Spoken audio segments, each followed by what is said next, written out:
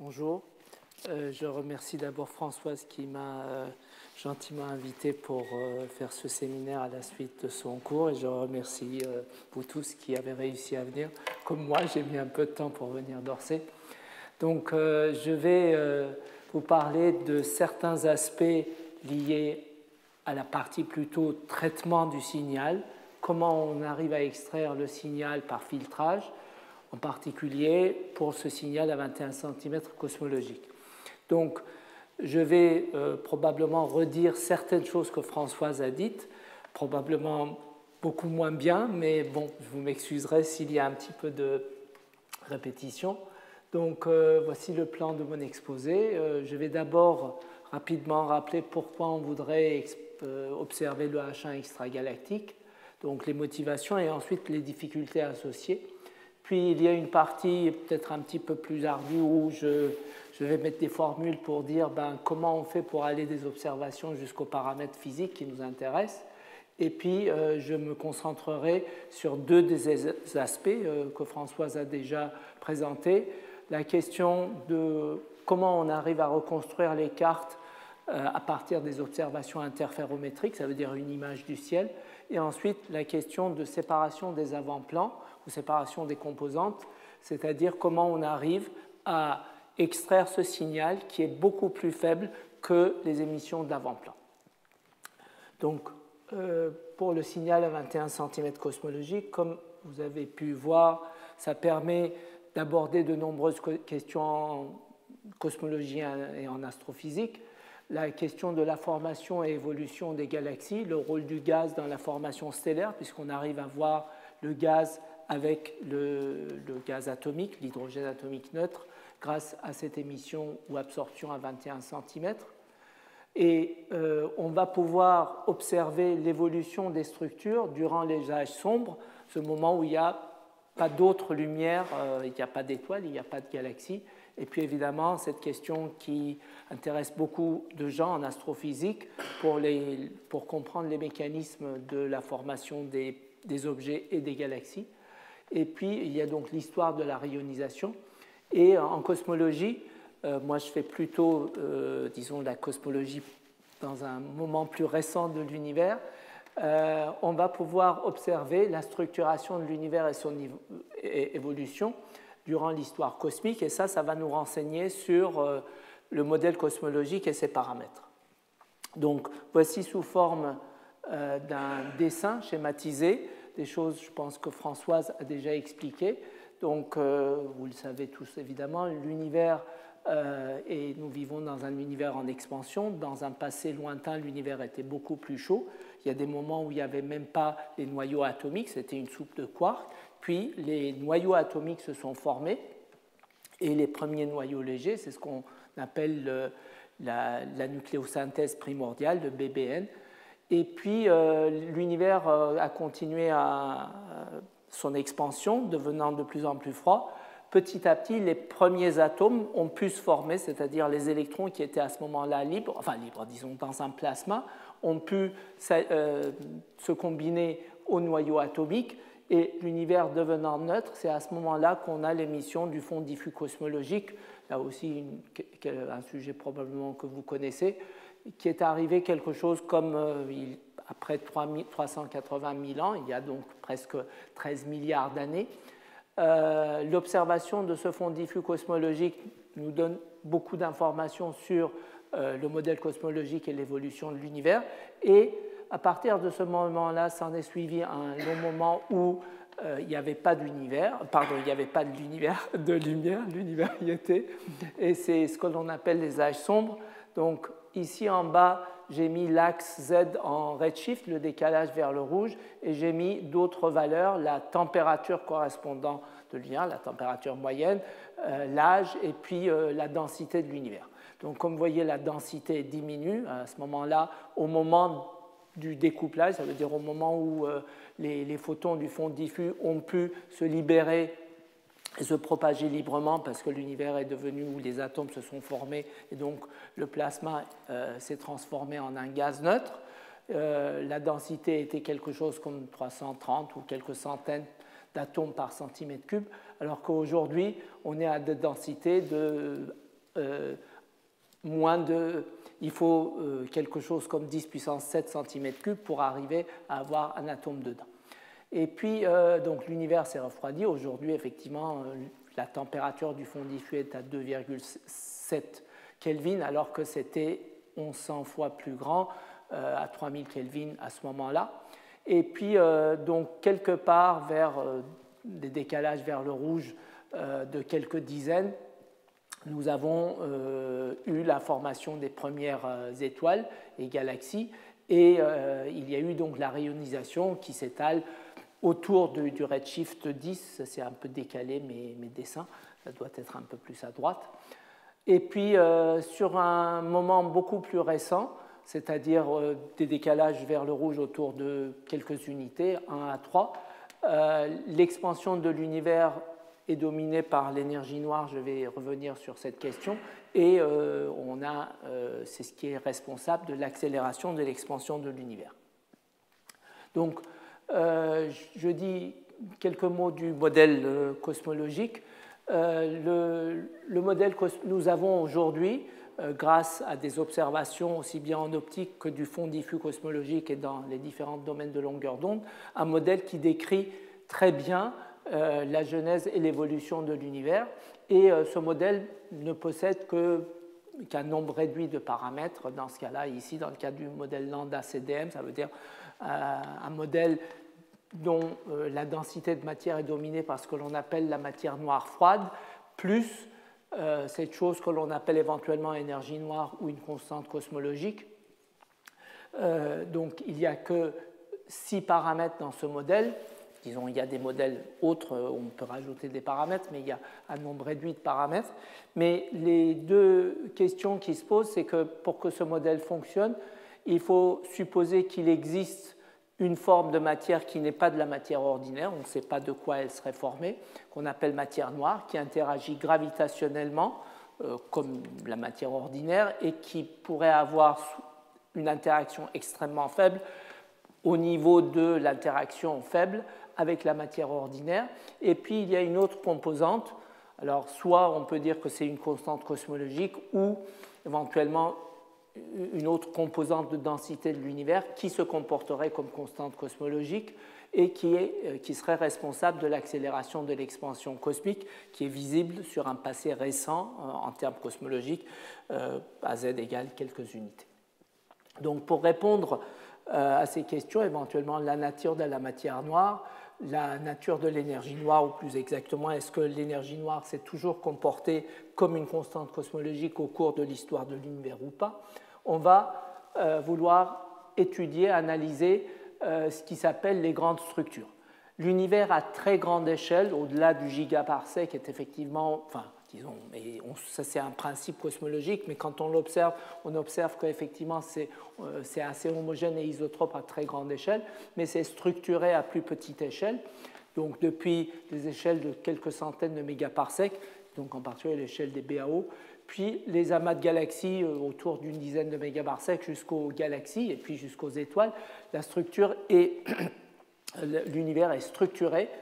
Le dessin qui est représenté ici, c'est une projection de la densité de galaxies. Il y a beaucoup de points sur ce dessin. C'est une tranche de l'univers. Et l'axe ici correspond au redshift. Là, ça correspond à l'angle horaire et ça correspond à une petite bande en déclinaison. Ça vient des données du relevé optique STSS. C'est un relevé qui a été mené pendant de longues années par une équipe essentiellement américaine, mais dont les données sont publiques et qui a permis vraiment des observations et des analyses extrêmement intéressantes. Et ce que l'on voit ici, c'est qu'effectivement, quand vous voyez ça, vous voyez bien que les galaxies ne sont pas distribuées aléatoirement. Il y a des zones sous-denses et des zones denses, et ça correspond donc aux structures qui se sont formées au cours des âges gravitationnels par effondrement gravitationnel, et l'observation de ces structures, de leurs des caractéristiques statistiques et des échelles particulières associées et leur évolution au cours de l'histoire cosmique nous renseignent sur l'interaction gravitationnelle et donc, entre autres, sur le fait que est-ce qu'il y a de l'énergie noire, est-ce que ce n'est que la constante cosmologique, est-ce que la théorie de la relativité générale qui décrit donc l'interaction gravitationnelle, est-ce qu'on observe ou pas des écarts par rapport à ces théories, donc il y a des théories alternatives, gravité modifiée et autres. Donc, on observe ces structures-là en optique, mais on peut aussi les observer à 21 cm. Et donc là, j'arrive au point où je vais essayer de vous décrire pourquoi c'est intéressant, mais en même temps difficile d'observer ces structures à 21 cm. Donc, à bas redshift, l'essentiel de l'hydrogène atomique se trouve plutôt dans les galaxies, puisque en dehors, comme Françoise vous l'a expliqué, la rayonisation par des sources lumineuses a fait que le gaz neutre s'est retrouvé ionisé. Et donc, il y a cette transition hyper fine à 21 cm qui permet de voir, entre guillemets, directement ce gaz hydrogène atomique neutre. Donc, le gaz représente en général entre 10% et 50% de la masse dynamique des galaxies, ça veut dire la masse qui contient la matière noire qui serait dans les galaxies. Et la masse du gaz, c'est aussi 10 à 30-40% de la masse du gaz total dans les galaxies. La puissance qui est émise, en supposant qu'effectivement ça soit tout en émission, par rapport à comparer à la puissance solaire, c'est beaucoup plus faible, c'est normal, la différence de niveau d'énergie est beaucoup plus faible comparé au niveau atomique, donc on a 8-9 ordres de grandeur entre l'émission à 21 cm par rapport à l'émission en optique pour la même masse. Là, j'ai pris une masse solaire de gaz H1. Par contre, et puis j'ai indiqué la densité des galaxies, mais je ne vais pas dire. Si maintenant je prends une galaxie et que je mets cette galaxie, on va dire à une distance cosmologique même pas très loin, un redshift de 0,3, ça représenterait, ce serait à 1500 mégaparsec. L'émission de 21 cm, en supposant que j'ai 10 puissance 9 masse solaire de H1, c'est déjà une masse considérable, ça représente 3 10 puissance 27 watts, ça c'est la puissance émise. Mais la puissance que l'on va recevoir sur Terre, ça ne représente que 10 moins 24 watts par mètre carré. Et cette puissance-là serait grosso modo répartie sur une bande de l'ordre de 1 MHz. Ce qui revient à dire que l'on reçoit quelques photons à 21 cm par mètre carré par seconde. Et l'unité que l'on utilise en général dans ce domaine-là, c'est des Jansky. Jansky, c'est 10 puissance moins 26 watts, c'est que donc cette galaxie-là, on va recevoir une densité de puissance de 100 microjansky. Alors que si je prends la même galaxie en optique, on va avoir de l'ordre de 10 puissance 9 à 10 puissance 10 luminosité solaire, ce qui revient à dire qu'on a 10 puissance 35 watts de puissance émise. Et ce que l'on reçoit sur Terre, évidemment, c'est le même rapport, mais on reçoit entre 10 puissance moins 16 à 10 puissance moins 17 watts par mètre carré. Ça paraît peut-être pas beaucoup, mais ça représente quand même 10 photons par mètre carré par seconde. Et les photons optiques, on peut quasiment les compter. Si je prends un CCD de type astronomique, je mets un miroir qui n'est même pas immense, 10 mètres carrés, je vais recevoir 100 photons par seconde qui vont se répartir sur quelques pixels que je peux lire avec un bruit de lecture de quelques électrons. Donc en fait, c'est effectivement très facile aujourd'hui, ce n'était pas le cas il y a quelques dizaines d'années, de voir une galaxie en optique avec un télescope de 3-4 mètres de diamètre. C'est facile, et en radio, c'est beaucoup plus difficile. Et si je traduis ça en tenant compte du bruit de lecture, donc dans le cas, j'ai dit, les détecteurs optiques, les CCD, ou même si j'avais besoin d'aller plus loin, des détecteurs intensifiés comme des photomultiplicateurs, etc., ont des bruits de lecture extrêmement faibles. Ce n'est pas le cas dans le domaine radio où l'observation se fait en détectant l'onde, ça produit un courant, ça a ses avantages, et donc là, je les ai traduits en niveau de détection, et en tenant compte disons, du bruit, on peut dire du bruit instrumental, qu'on exprime sous forme de température système, puisqu'on ramène la brillance à une température, et donc le niveau de bruit aussi est ramené à une température équivalente. On s'aperçoit qu'effectivement, pour détecter une galaxie à 21 cm, on aurait besoin d'une surface de collection de l'ordre de 100 000 mètres carrés. Donc, Françoise, tout à l'heure, vous a montré le grand radiotélescope de Nancy, qui est effectivement un très grand radiotélescope, ça fait 7000 mètres carrés. Et SKA veut dire Square Kilometer Array. Je vous montre deux photos. Alors, ces deux photos moins récentes, celle-ci, c'est le grand radiotélescope, on va dire, qui pendant longtemps a été le plus grand au monde. C'est un miroir, ou en tout cas un collecteur de lumière qui fait 300 mètres de diamètre. C'est à Arecibo. Pour les fans de films de James Bond, ça a servi aussi comme cadre pour l'un des films. Ici, vous avez donc le même principe que ce que vous avez vu pour Hera. Il y a le récepteur qui est là. Ce miroir est construit dans une dépression naturelle et le miroir, il est fixe. Et donc, le ciel passe devant. On a une petite marge. Et en Chine, il existe un modèle récemment construit, beaucoup plus récent que le télescope d'Arecibo, qui est un peu plus grand, pareil, construit dans une dépression naturelle. Et donc en bas, on a la photo du VLA, donc pareil de nouveau aux États-Unis pour Very Large Array, donc avec un ensemble de réflecteurs. Chaque réflecteur, je ne me rappelle pas de la dimension, doit faire au moins 20 mètres ou plus, donc c'est quand même des grandes antennes. Et en assemblant, en mettant en commun, et on va en parler grâce à l'interférométrie, un ensemble de réflecteurs, on va pouvoir atteindre des hautes résolutions angulaires, mais aussi une sensibilité suffisante. Donc, bon, ce tableau-là, je ne vais pas le discuter, c'est une comparaison de différents relevés. Mais ce que l'on voit, c'est par exemple ce relevé alpha-alpha qui est mené avec le grand télescope, là, celui que vous avez vu à Arecibo, qui est quand même, on peut dire, l'un des plus grands ou qui a été pendant longtemps le plus grand au monde. Et on détecte des objets. Et c'est une représentation similaire à celle que j'ai montrée précédemment, où on voit chaque point, ça correspond à une galaxie. Cet axe-là, c'est l'angle horaire, donc une certaine direction sur le ciel, et on prend une certaine tranche en déclinaison. Et l'autre axe ici est étiqueté cette fois-ci en vitesse relative, kilomètres par seconde, mais ce qui revient à dire redshift, puisque redshift ou vitesse, on peut l'interpréter sous forme de vitesse. Et vous voyez que l'extrémité de l'axe ici, c'est 15 000 km par seconde, c'est z égale 0,05. Donc effectivement, ça va un peu plus loin, mais même avec Arecibo, on arrive à détecter des objets jusqu'à z égale 0,2, maximum 0,25. Or, distance cosmologique, c'est z égale 1, z égale 2, z égale 3. Donc, il faut arriver à détecter les objets plus loin, soit en augmentant la surface de collection, d'où SKA, soit en étant peut-être plus malin sur d'autres aspects.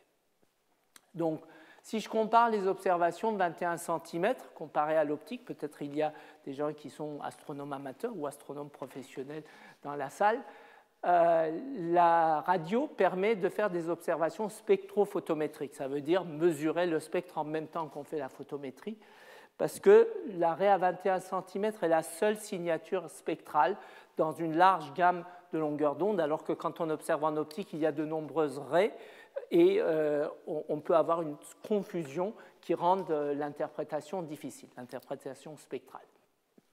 Donc, évidemment, si je prends par exemple une bande de fréquence entre 100 MHz et 1500 MHz, je vais couvrir quelque chose en redshift de z égale 0 jusqu'à plus de 10. Un effet qui limite, ou en tout cas qui rend un petit peu difficile le travail en radio, c'est que la résolution des instruments radio est limitée par la diffraction. Donc, une antenne ou un réflecteur de 100 mètres de diamètre à 700 MHz aurait qu'une résolution de 20 minutes d'arc, alors qu'en optique, évidemment, on est, même avec un télescope de 1 mètre, on est déjà à la résolution limite que permet l'atmosphère. Ça veut dire 1 seconde d'arc, ça veut dire la résolution intrinsèque optique est meilleure que ça. En optique, on ne peut mesurer l'intensité directement parce qu'on ne peut pas mesurer la phase, alors qu'en radio, on mesure l'amplitude et la phase, donc ce qui permet de faire de l'interférométrie et de la spectroscopie. Dans le cas des instruments optiques, j'ai déjà dit, le bruit instrumental est souvent négligeable, le détecteur ou l'électronique, mais en radio, ça peut être dominant. En optique, on est gêné par la pollution lumineuse et la diffusion atmosphérique en optique, alors qu'en radio, on est gêné par les interférences dites électromagnétiques et RFI, qui sont en grande partie dues aux émissions terrestres. Et bien, il y a aussi l'ionosphère qui peut nous gêner.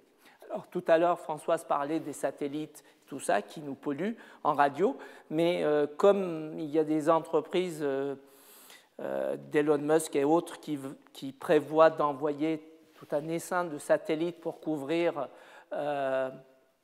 pour donner accès dans des coins reculés à Internet, c'est non seulement on va avoir la pollution RFI, mais on va aussi avoir le ciel nocturne qui va devenir constellé d'étoiles artificielles tellement qu'il sera difficile après de faire des observations optiques. Ça, c'est effectivement, comme je travaille aussi dans la DCST, c'est une inquiétude parce que s'ils envoient vraiment le nombre de satellites qu'ils prévoient, sur toutes les images, on va avoir plein de traces des satellites. Bon. La cartographie 3D, tout à l'heure j'ai dit qu'observer des galaxies individuelles était difficile. Par contre, pour ce qui concerne la cosmologie, on peut observer, au lieu d'observer individuellement les objets, on va pouvoir observer l'émission agrégée d'un grand nombre de galaxies dans des petits volumes d'univers sans détecter les sources individuelles. Il faut un instrument avec un grand champ de vue instantané, une grande largeur de bande pour que ça corresponde à de grands volumes d'univers.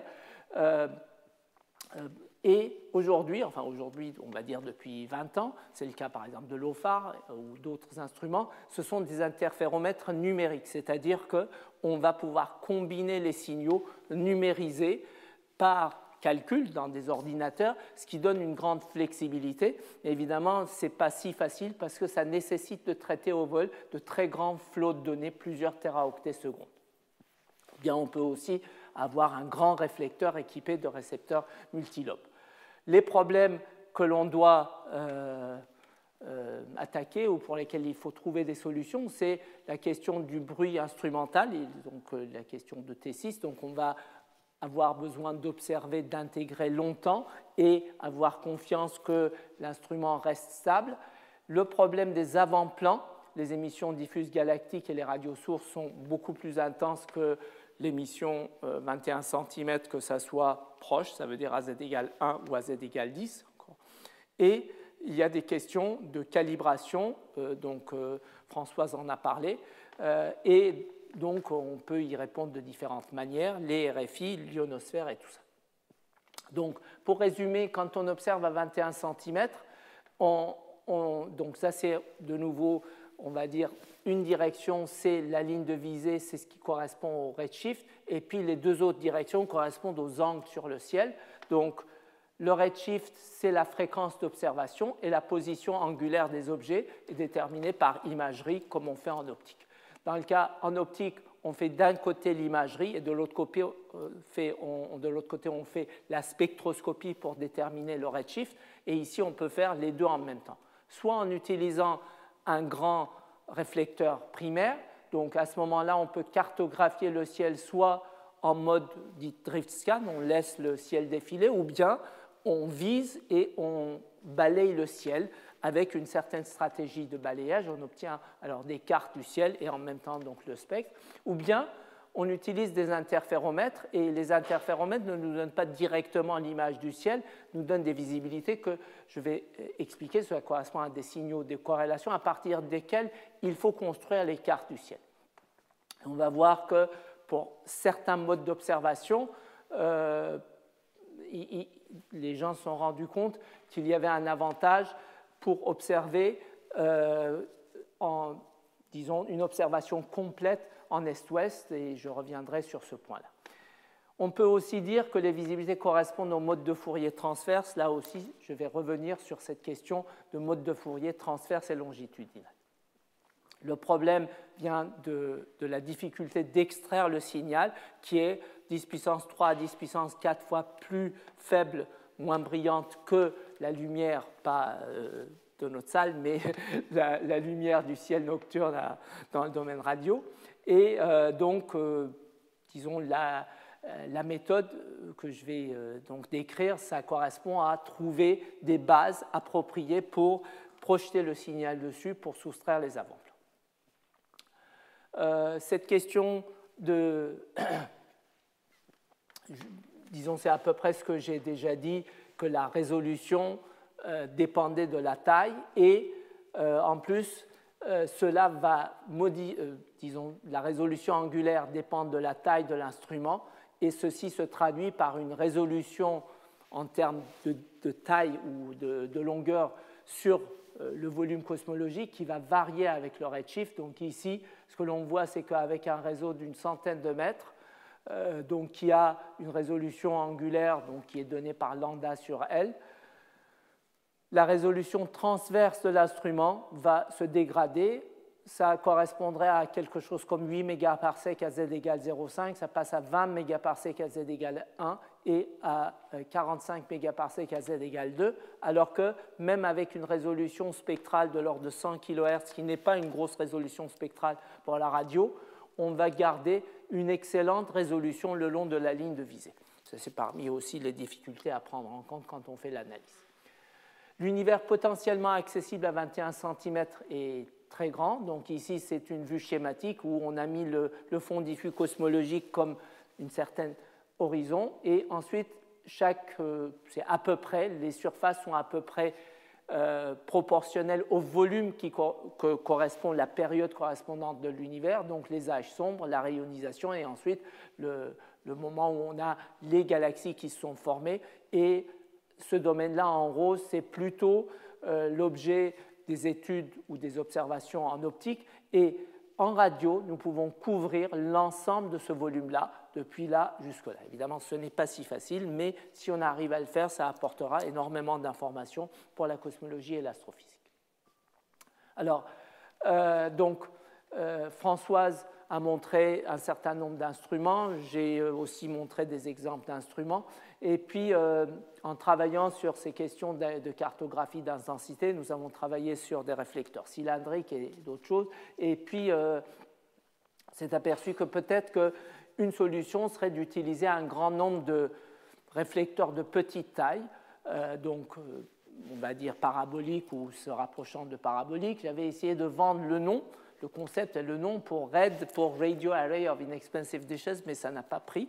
Mais le concept va peut-être fonctionner. Donc, cette photo-là, vous l'avez vue, c'est effectivement ERA qui est en fait aussi, comme Françoise l'a dit, l'assemblage de dipôles, c'était une solution envisagée qui continue à être utilisée. Et là, la solution qui est prise, c'est effectivement un nombre assez important de réflecteurs parabolique ou sphérique. Donc ici, chacun fait 14 mètres de diamètre. Et là, vous avez la comparaison entre un réflecteur de Hera, une station LOFAR et puis une tuile de MWA et les dipôles de Paper en termes de taille et la configuration du réseau complète.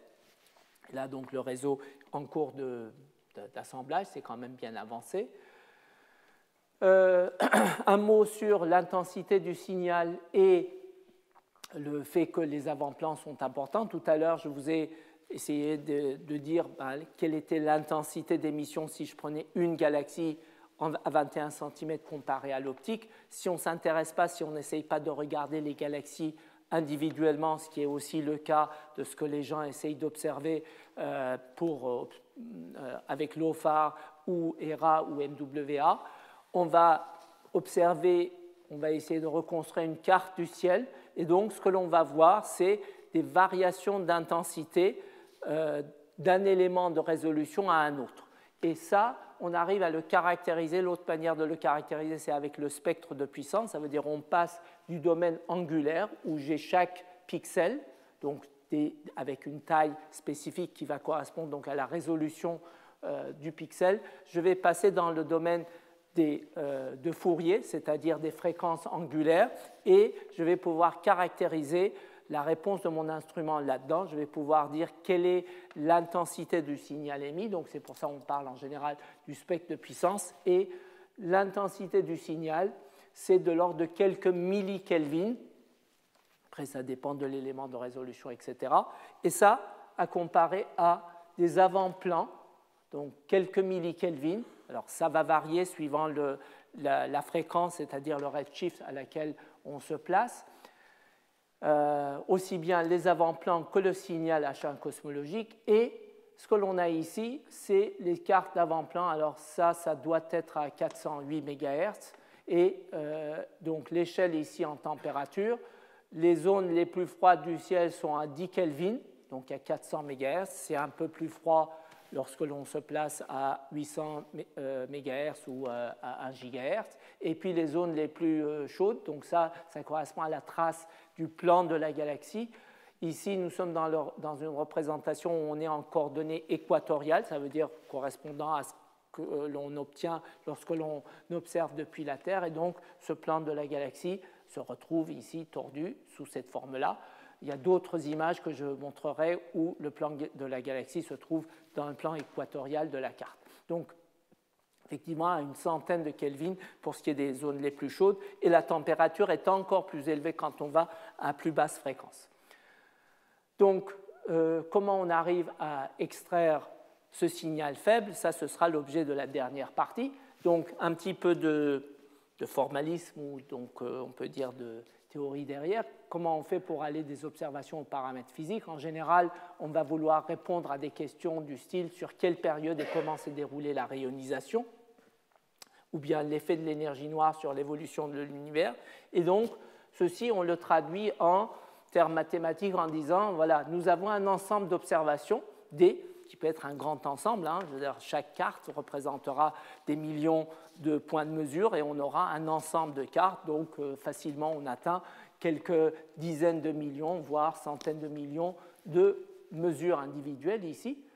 Et nous avons une hypothèse ou un modèle H avec ses paramètres W, et il y a un lien probabiliste entre les observations et notre modèle. Alors le lien est probabiliste au moins parce que ce qui est les incertitudes de mesure, ça veut dire le bruit, on le représente de manière statistique, mais il peut y avoir une représentation statistique intrinsèque qui relie vraiment le modèle et les observations, même indépendamment de, disons, des erreurs de mesure.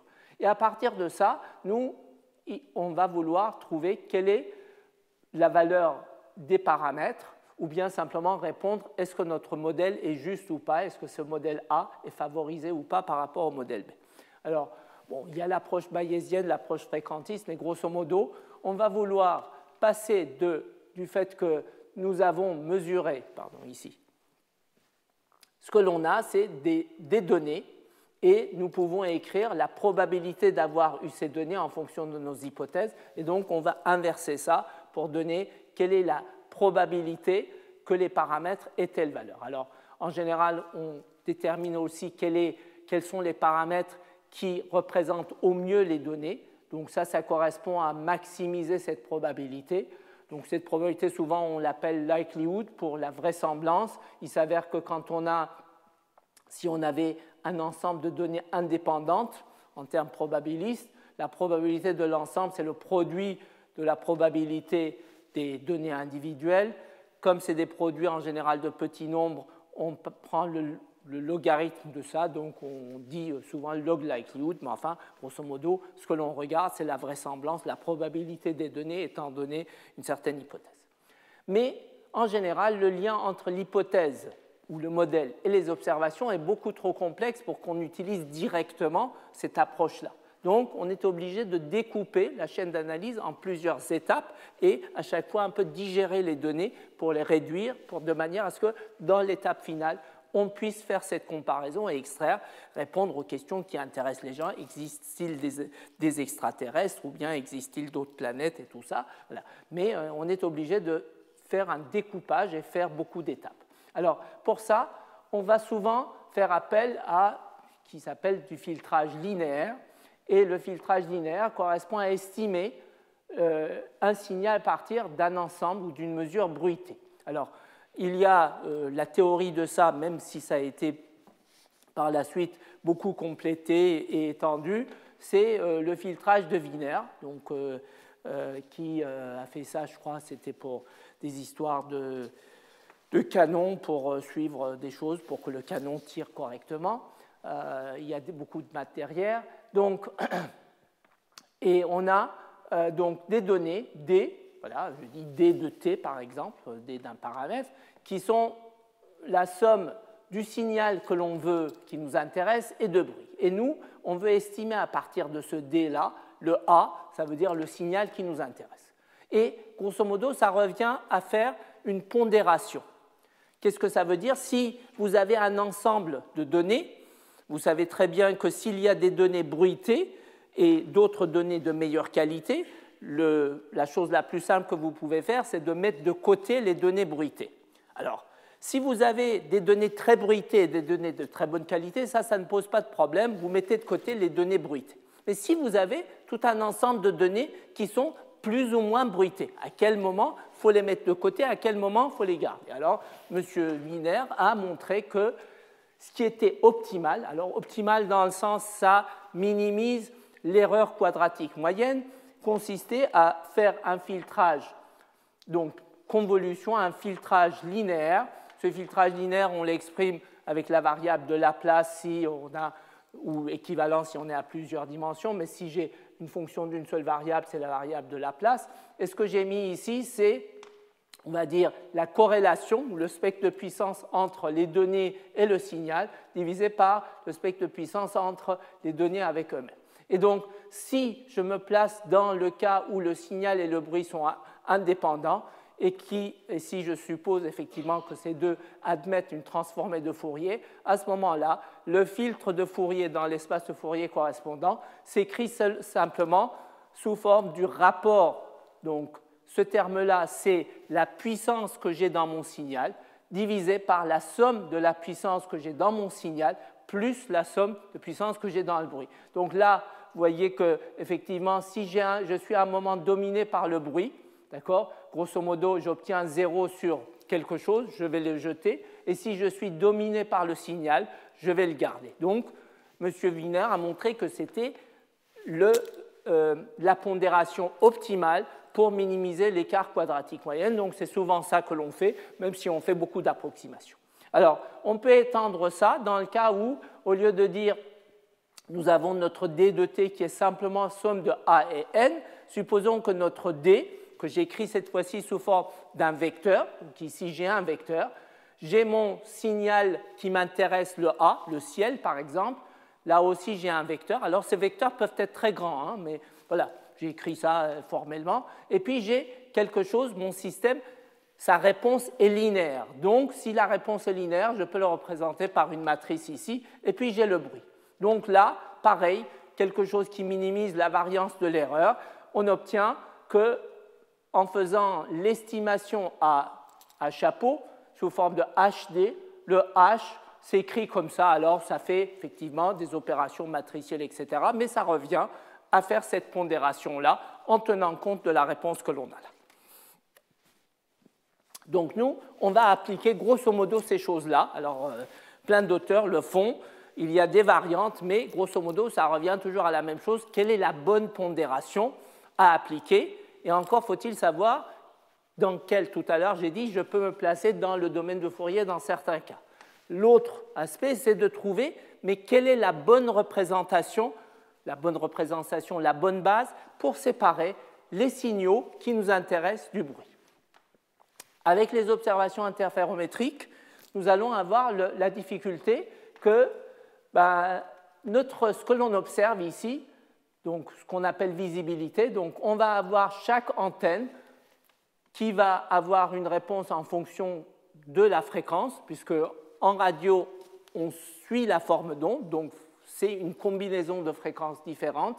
Ça, c'est le signal ciel, ça, c'est la réponse individuelle en fonction de l'angle des I de N et aussi de lambda, ou de lambda la longueur d'onde, ou de la fréquence, c'est la même chose. Et puis ça, c'est la propagation de l'onde électromagnétique. Cette formule-là, elle est juste, elle est même exacte. Alors, c'est pour ça que c'est un peu compliqué, intégral double sur les directions pour la fréquence et tout ça. Et donc, la visibilité correspond au signal de corrélation prise entre deux antennes. Et donc, on peut montrer que la visibilité s'écrit, donc, grosso modo, comme ça, la même chose. On introduit l'intensité du ciel. Ici, c'était le vecteur champ électrique. L'intensité du ciel dans une direction donnée en fonction de la fréquence. La réponse combinée pour les deux antennes ou les deux récepteurs I et J en fonction de la direction et aussi de la fréquence. Et ici, c'est le déphasage introduit par la partie géométrique. Alors, quand on a ces données-là, on aura un certain nombre d'étapes de traitement. Je les ai listées ici. Il y a beaucoup de... Il faut s'occuper, il faut nettoyer les données et supprimer les interférences électromagnétiques. On va faire des filtrages temps-fréquence, il faut calibrer. On va vouloir souvent reconstruire des cartes tridimensionnelles du ciel, les deux angles alpha-delta sur le ciel et la fréquence à partir des visibilités. Et puis, il faut ensuite séparer, aller chercher la composante qui nous intéresse, par exemple le 21 cm galactique. Pour d'autres, ce sera les avant-plans et tout ça. Le même problème s'applique, et il y a eu beaucoup de travaux de fait dans le domaine du CMB, et puis ensuite on va vouloir calculer les spectres de puissance et puis comparer au modèle. Donc moi je vais me concentrer que sur ces deux aspects-là. Donc comment on fait pour reconstruire des cartes, donc c'est ce qui s'appelle imagerie, en interférométrie. Donc, alors de nouveau un peu de formules, c'est les mêmes formules que précédemment, ça c'est les visibilités, donc ça c'est la formule que j'ai déjà indiquée, le signal du ciel d'un côté, la réponse des lobes d'antenne. Alors, et nous, on ne va pas avoir une seule visibilité, on aura tout un ensemble de visibilités. Chaque fois qu'on a une paire d'antennes, ça nous donne une visibilité. Si vous avez 10 antennes, ça vous donne, pas une centaine, mais enfin 100 divisé par 2, 50 visibilités. Ça veut dire juste avec quelques antennes, assez rapidement, on a un grand nombre de mesures. Donc, il faut donc inverser. Alors, ça aussi, c'est la terminologie que certains utilisent. C'est un problème inverse, puisque ça, c'est le problème direct. Mais nous, ce qui nous intéresse, c'est estimer ça à partir de ce machin-là qui est une intégrale. Donc, la technique qui a été développée depuis longtemps, c'était de remarquer que si on se dit, OK, j'ai mes directions, ça correspond à des angles, d'accord, je peux toujours, une fonction de n'importe quel nombre de variables, je peux en faire une transformée de Fourier. Donc, du domaine angulaire, je passe au domaine qui s'appelle le domaine des fréquences angulaires. Alors, en radioastronomie, ça s'appelle le plan UV. Voilà. Moi aussi, quand j'ai commencé, j'ai dit, mais qu'est-ce que c'est que le plan UV? Voilà, c'est juste le domaine des fréquences angulaires. Et puis, on fait la même chose pour l'intensité du ciel. On va le décrire dans ce domaine de plan de fréquence angulaire, le lobe d'instrument. Et donc, ce machin-là, on peut montrer à ce moment-là, donc ça c'est l'expression mathématique, mais qu'une mesure de visibilité correspond grosso modo à une mesure pondérée dans le plan de Fourier. Je vais montrer un dessin, ce sera plus clair. Et donc, depuis longtemps, on utilise à ce moment-là la transformée de Fourier FFT inverse, d'accord, pour aller en sens contraire. Alors, il y a plusieurs difficultés. D'abord, ça c'est schématiquement la même chose. Donc, vous avez une antenne qui ne mesure pas un point, mais une mesure pondérée parce que l'antenne a une extension. Plus votre antenne est grande et plus, en fait, ça couvre une grande zone dans le plan UV. Si vous avez une toute petite antenne, ça va couvrir une toute petite zone. Et puis, vos lignes de base, ça vous permet de couvrir, de placer des points de mesure dans ce plan UV. Donc, premier problème, c'est que même si vous avez beaucoup de lignes de base, il reste beaucoup de trous dans ce plan UV. Et si vous avez déjà fait un peu de Fourier, vous savez que quand il y a des trous, ça vous pose beaucoup de problèmes. Ça crée beaucoup d'artefacts quand on va vouloir faire la transformée inverse.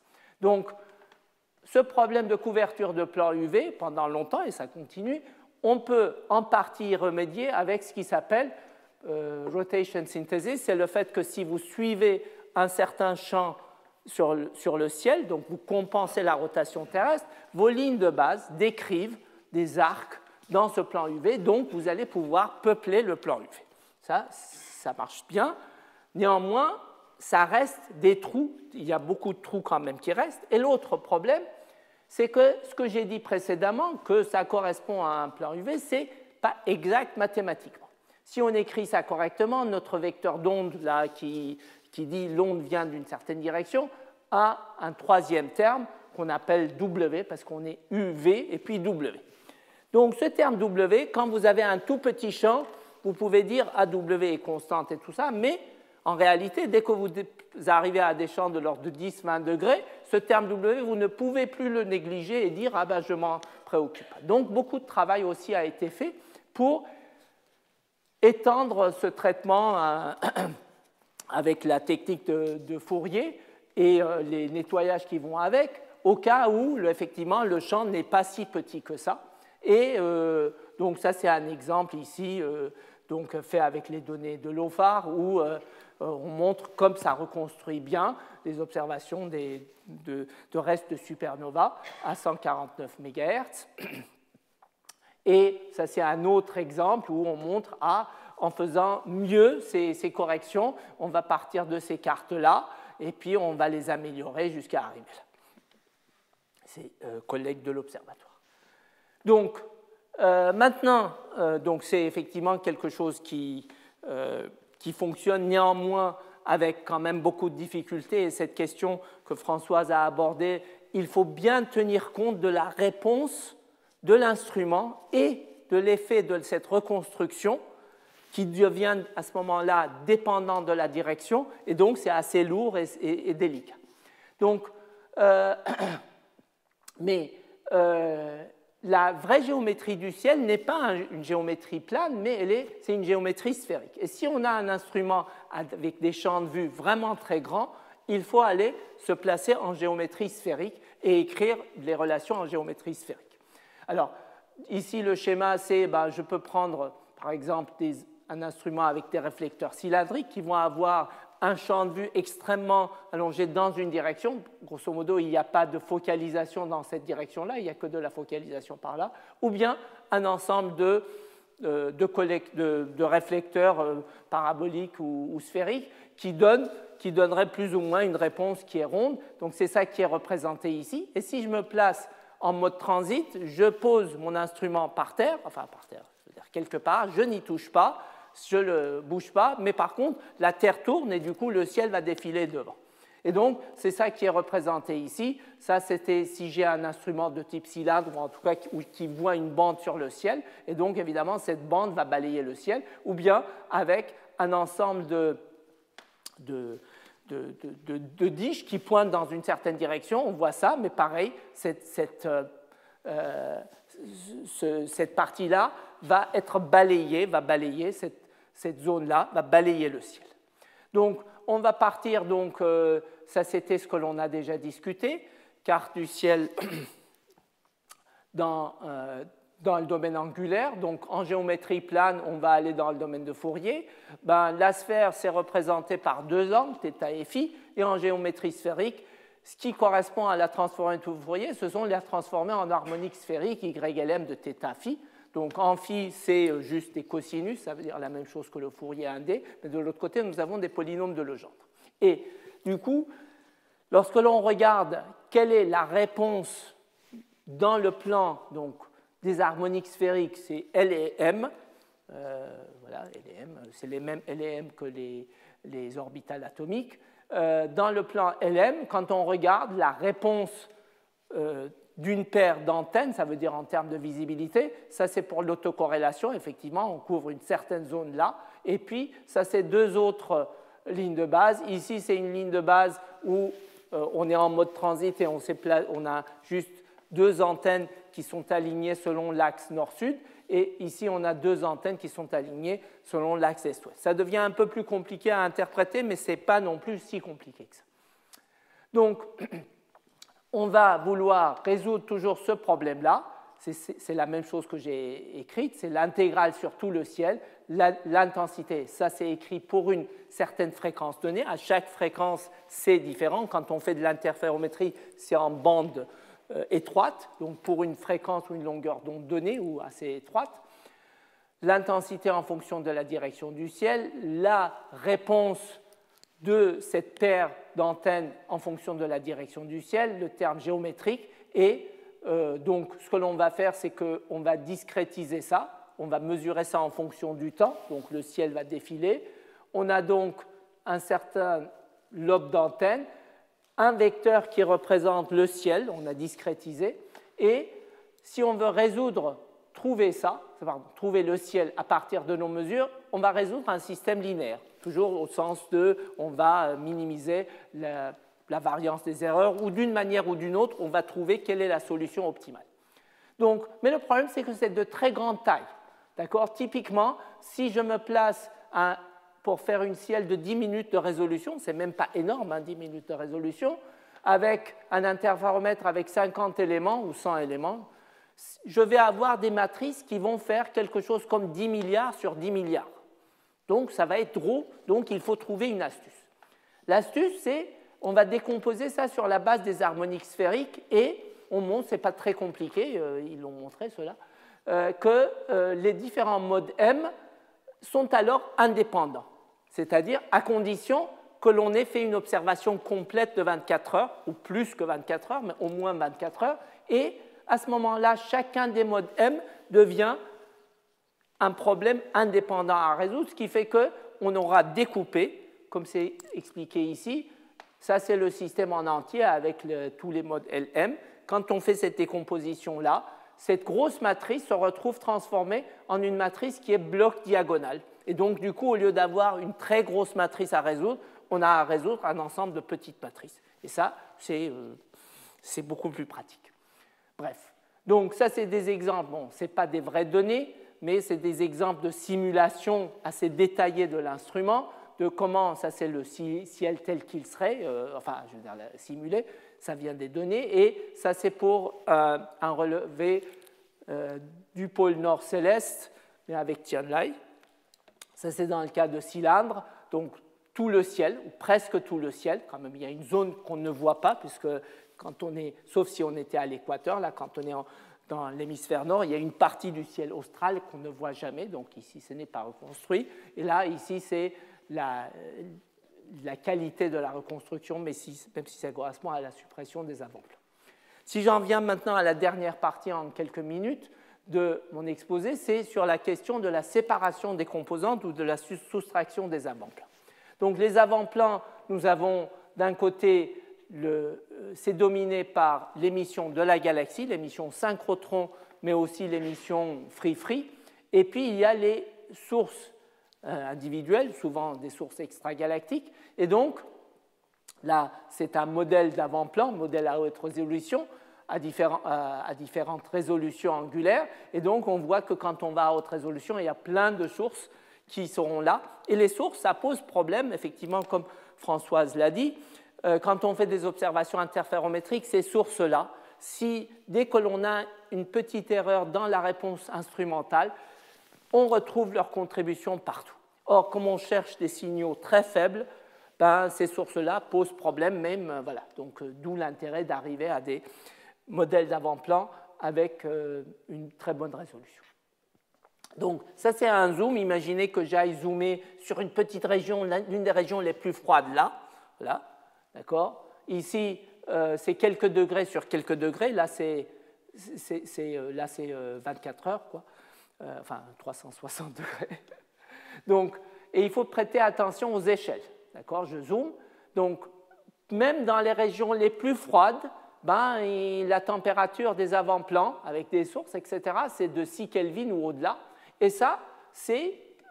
donc, cette fois-ci, ça, c'est une simulation, pas du signal des âges sombres, mais du signal relativement récent à z égale 1, à 21 cm. Donc, effectivement, ça fluctue, c'est des plus et des moins, ça dépend de la quantité de matière présente.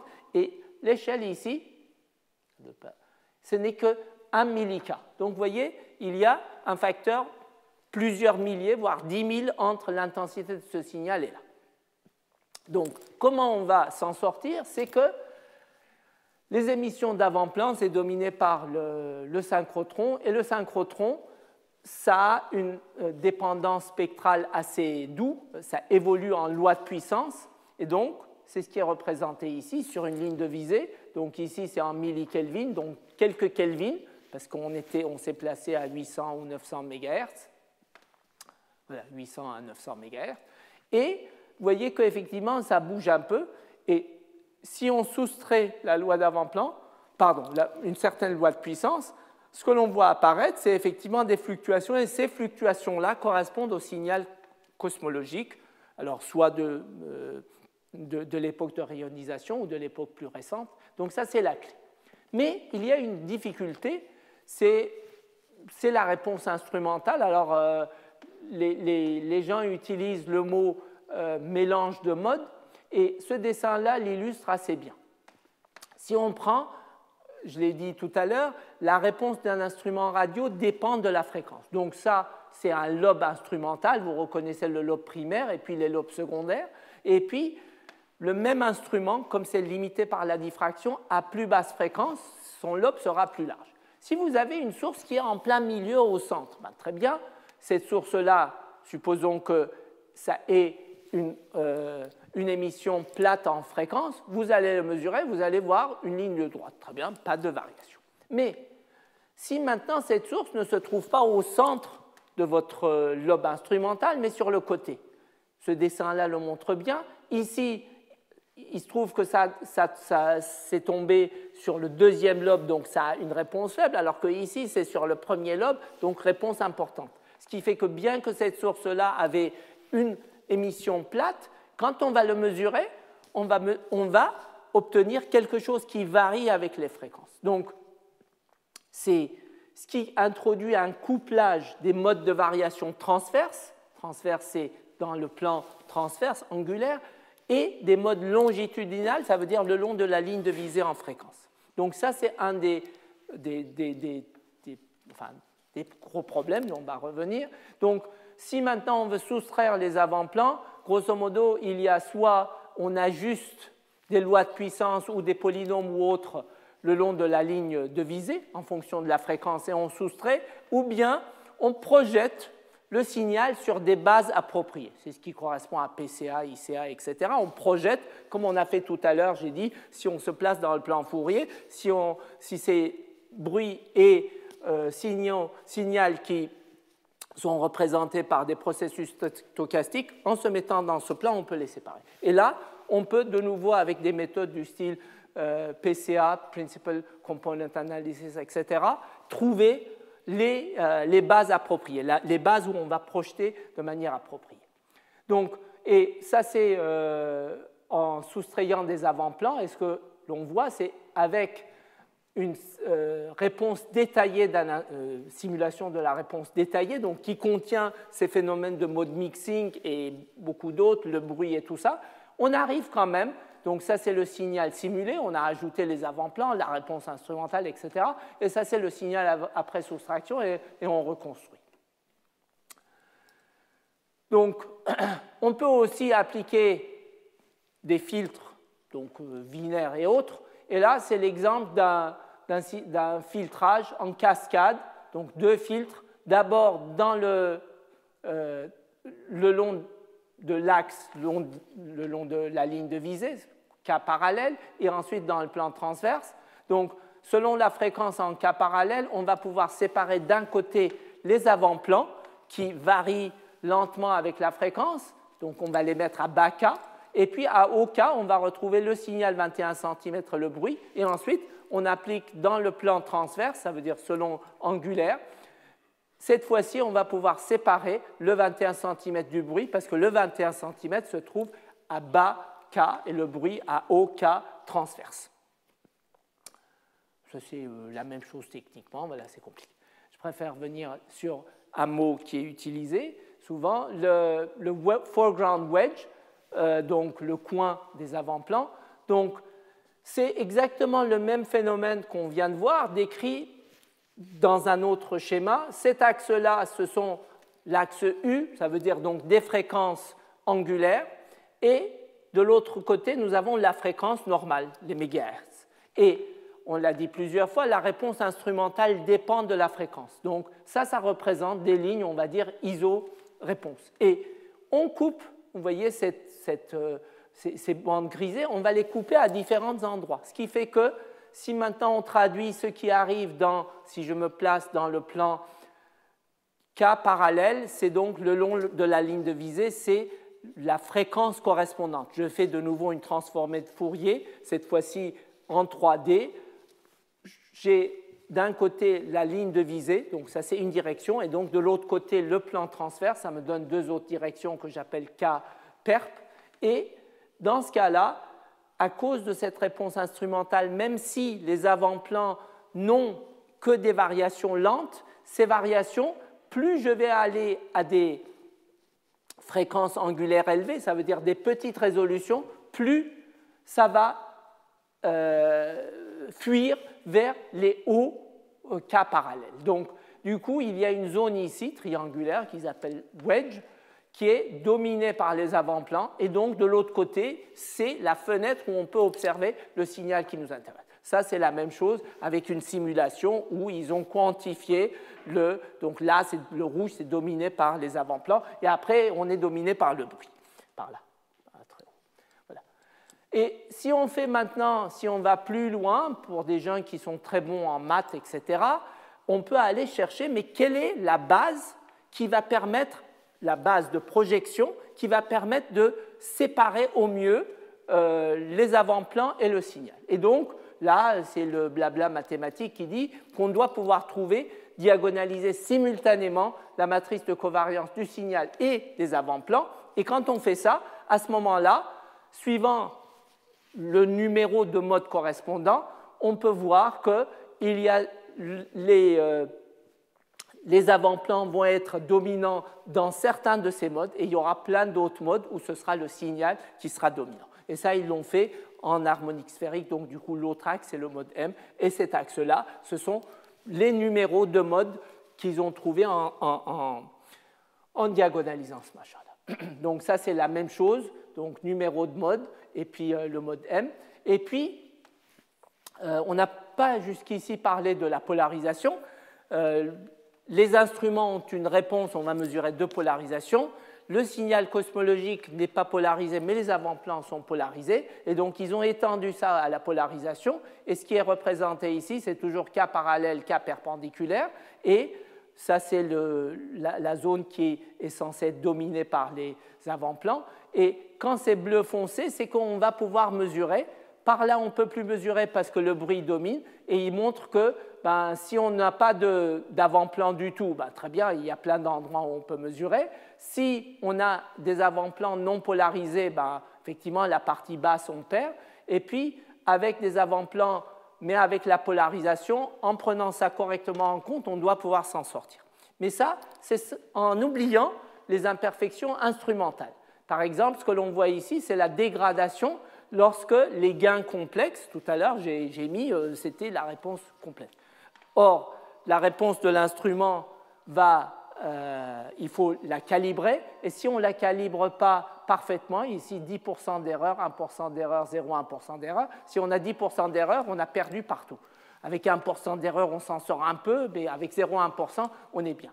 Et là, on voit qu'à haute fréquence, la résolution de l'instrument étant bon, on gagne. Et enfin, je voudrais terminer revenir sur l'OFAR. Donc ça, c'est des simulations faites pour le signal de l'EOR et les avant-plans. Donc ça, c'est un papier qui date de 2008 avec la polarisation ici. Et là, Françoise l'a déjà montré. Donc des limites supérieures sur le 21 cm de l'époque de rayonisation avec une nuit de données de l'OFAR. Françoise l'a dit, c'est extrêmement difficile. Ils ont l'équivalent de 50 ou 100 fois plus. Il faut améliorer encore les méthodes d'analyse, les méthodes de calibration. Là, il y a un signal qui est détecté, mais qui est plutôt défaut de calibration. Et donc, il y a, je crois, de belles perspectives avec les instruments comme l'OFAR, ERA et SCAA pour le sondage de l'époque de rayonisation. Peut-être aussi une fenêtre complémentaire pour la cosmologie avec des instruments comme SHIME, Tianlai, Hirax et peut-être Puma et SCAA. Voilà. Je vous remercie et